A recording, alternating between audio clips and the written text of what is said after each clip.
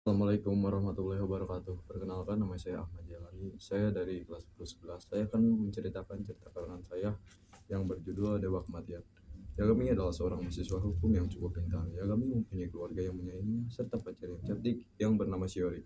Namun sebulan yang lalu kehidupannya berubah. Di suatu malam Yagami berhasil menghack database kepolisian.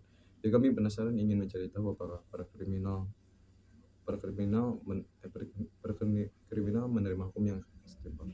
Yagami terkejut karena ada banyak penjahat yang kasusnya ditutup dan tidak mendapatkan hukuman setimpal. Akibatnya para kriminal itu masih berkeliaran di luar sana.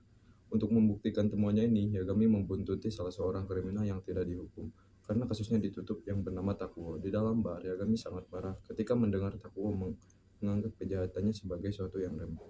Karena korbannya ketakutan dan tidak ada yang berani menjadi saksi. Sadar ada yang mengamati mereka, Takuo mengancam Yagami yang ketahuan menghukum. Yagami pun keluar dari dalam bar. Dia membuang buku kuliahnya tentang hukum. Yagami merasa percuma adanya hukum jika masih banyak penjahat yang berkeliaran di luar sana. Di tengah jalan, Yagami menemukan sebuah buku yang secara aneh tidak basah walaupun sedang turun hujan. Buku itu adalah buku kematian atau buku pencabut nyawa. Yagami membawa buku itu pulang. Di halaman pertama ada beberapa petunjuk tentang caranya penggunaan buku itu. Di situ tertulis siapapun namanya yang tertulis di dalam buku itu akan mati. Awalnya Yagami tidak percaya. Di layar televisi, Yagami melihat sebuah berita tentang pembunuhan dengan tersangka yang bernama Yosuke. Yagami pun iseng menulis nama Yosuke di dalam buku kematian. Keesokan harinya, saat akan sarapan, Yagami melihat berita di koran mengenai tersangka pembunuhan yang bernama Yusuke telah meninggal dunia secara tiba-tiba di dalam penjara.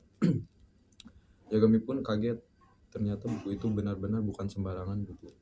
Malam harinya, Yagami kembali bertemu dengan Takuo. Di dalam petunjuk buku kematian, tertulis kalau buku itu akan bekerja jika sang penulis mengingat wajah orang yang dia tulis namanya.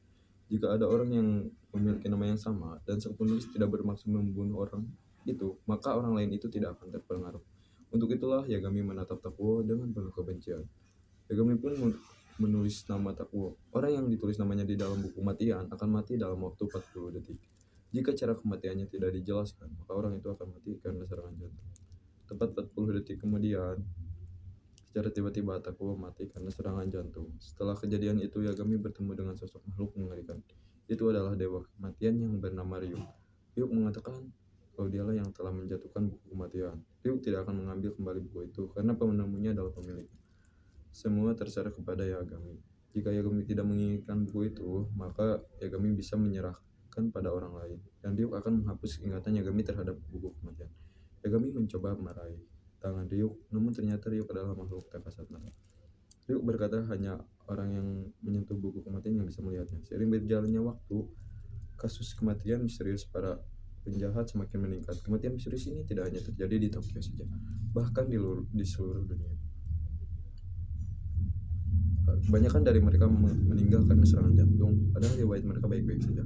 Hal itu menimbulkan kecurigaan akan adanya wabah virus misterius. Penduduk Tokyo pun menamai pembunuh para penjahat itu dengan sebutan Kira. Akhirnya muncul pro kontra terhadap Kira, yang dianggap sebagai pembunuh para penjahat itu. Ada yang menganggap Kira dewa keadilan, namun ada juga yang menyebut Kira adalah pembunuh yang suka main hakim sendiri. Cukup sekian yang bisa saya ceritakan. Wassalamualaikum warahmatullahi wabarakatuh.